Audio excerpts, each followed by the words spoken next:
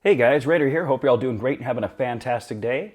In this video, we're going to be talking about why I feel like the Galaxy Tab S7 Plus is still a great buy in 2022. And for many of you, I think it's going to be the best tablet that you can get. Before you click away, just hear me out. I have a few valid points to make. And for many of you that are looking to get the best bang for your buck, this is the tablet to get still right now, even with the Tab S8 series out. So without further ado, here is the Tab S7 Plus in front of you. Gorgeous screen, 12.4-inch Super AMOLED screen, 500 nits of brightness, 281 ppi. Those two stats are better than you can find on any of the Tab S8s right now. Just for example, the S8 has a 274 ppi, the S8 Plus has a 266 ppi, and the Ultra has a 240 ppi. So that pixel density is less than what you get on last year's model, the S7 Plus, at a 281 pixel per inch density. Now let's talk about the screen brightness real quick. Screen brightness on the S7 Plus, like I said, comes in at 500 nits. On the Ultra, the one that I recently got, that's coming in at just under 400 nits. Tab S8 Plus, the newer version that replaces this one, it's coming in at 420 nits. 80 nits less bright than the previous generation model. So right off the bat, we have two key components, two main things that make up a tablet, right? You get a tablet for the screen. It's all about carrying this beautiful screen. And in the 2020 model, this was released in August of 2020, this has a better screen than the ones that just got released these past couple weeks. Next, let's talk about the audio. So the audio, compared to the Tab S8 Ultra, wash. I'd say it's even killed. Let me explain. So on the Ultra, and I can't talk about the S8 Plus, but I can talk about the Ultra. The sound is wider, but it's thinner, if that makes any sense. It feels more like, kind of like a laptop sound, where it sounds a little bit tinny. I'm not saying it's not great. The Ultra sounds great. However, the S7 Plus sounds a little more full, sounds a little more focused within the tablet. So when you're holding it, you're sitting on your couch and stuff like that. To me, personally, the sound feels more concentrated, and it's more desirable when you're sitting on a one-off situation like this. Now, if you have the tablet setting off into the distance, I think the Ultra sounds a little better. Like, again, it has that wider sound. They both have the same volume. There's no difference there. But as far as the tablet experience, holding it in your hands right in front of you, the sound, to me, in my opinion, my humble opinion, is a little bit better on the S7 Plus. Next, let's talk about the processor. All right, the system on a chip. This one here, the Tab S7 Plus, features what I feel is quite possibly the best SoC that Qualcomm has ever made. The H65 Plus is renowned for its performance to heat ratio. Okay, so let me explain. As you raise that performance up, the heat goes up. Then you have to lower the performance back down to get that heat to come back down. And they play this teeter-totter, and these companies have to get it just right on that right mark when they release these. H65 Plus is better than any out there.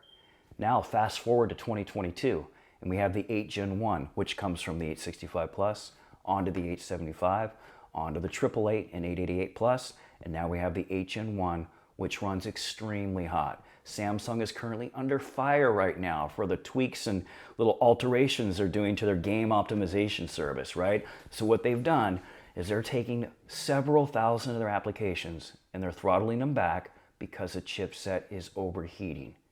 And they're under fire right now from companies like Geekbench. Geekbench has banned them. But keep this in mind, Geekbench does not matter. They have nothing to do with mobile. They're nothing in this space. They shouldn't be accounted for anything, so don't worry about that. What you do need to be concerned with, though, is that there is issues with the new chipset. It is running hot. You don't have those issues here.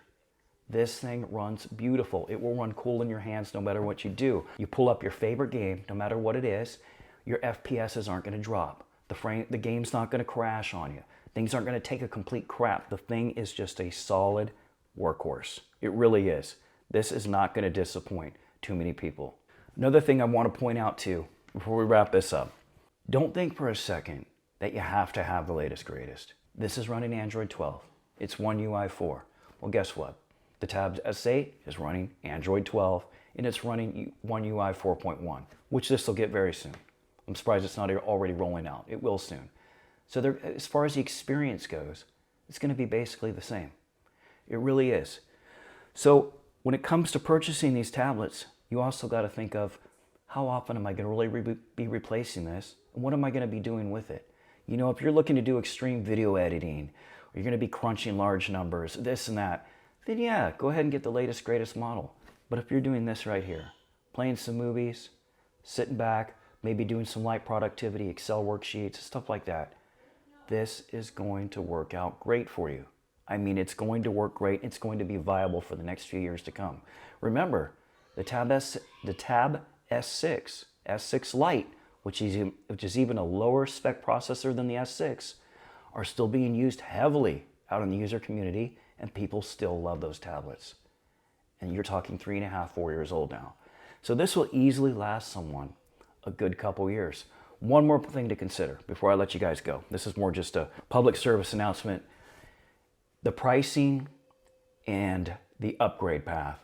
So right now, the pricing on this from the Samsung side of things is going to be easily the same price as when it first came out.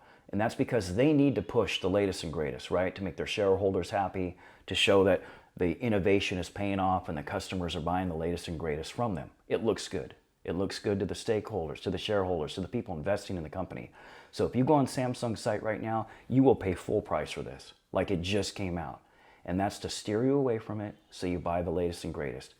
Look third party. Go to eBay, hop on Amazon in about 2 months. In about 2 months, you'll see Best Buy, Amazon, all these places will lower the S7 Plus considerably after that initial flourish and push of the S8 sales are out there, right? So in a couple months, you'll see this at your main retailers. And if you're not afraid to take a chance and hop on eBay, then check out these prices. Look what we have right now. $550, $600. It's coming with the keyboard cover. Look at this. Look at this right here. This has been up for a couple days now. $230, right? Look at it. Comes with the keyboard cover. The seller has a 100% feedback rating. That's the main thing. If they have 100%, you know you're in for a good transaction. There's not going to be any problems whatsoever. So this thing will probably sell for $400 or $500 with the keyboard cover. And the smart man's money, a person that is smart and wise with their money, is going to pick up on that instead of spending $1,100 to $1,200 for the latest greatest that runs the same software, has the same experience, and the latest greatest has a lesser quality screen. There's no benefits to the audio. You're not gaining much. You're really not. Maybe a little bit more smoothness in the UI, not much. You're just not really going to see it. And keep in mind, too, getting the Tab S7 Plus is probably a great idea, so you can use that as leverage for a trade-in for the Tab S9 Plus, which is probably going to feature a more cooled down processor. Let's face it, Qualcomm can't take this heat again. This is 2 batches in a row. The 888 and now the 8 Gen 1, both overheating right out of the gate. They're going to fail miserably if they keep this track record up. So I expect great things to come from the next chipset that's going to come out. So it might behoove you, it might be a good idea to pick up on this and trade this in for the Tab S8, S9 Plus, or S9 Ultra, whatever variant they have, who knows? We're going to have better. It'll be better at specs, right? Trade this in for that. Don't deal with the headaches of this current generation. Don't get me wrong, the Tab 8s are nice. It is definitely an upgrade, but it's not that much of an upgrade. It's not a 2 to 3 times the price of an upgrade. All right, guys, this is just more of a buyer. All right, guys, this is just more of a buyer guide type video to help you get the most out of your money. You know, I hate to see people throw money away, especially in these times. You know, you got families to feed. The world is kind of in limbo right now, so it might behoove you to save some dollars instead of spending it all the time.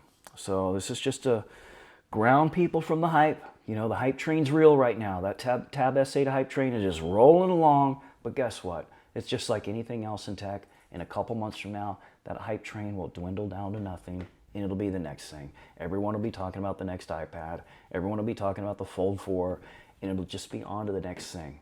So just step away from this from a little bit and think about what you actually need the device to do for you.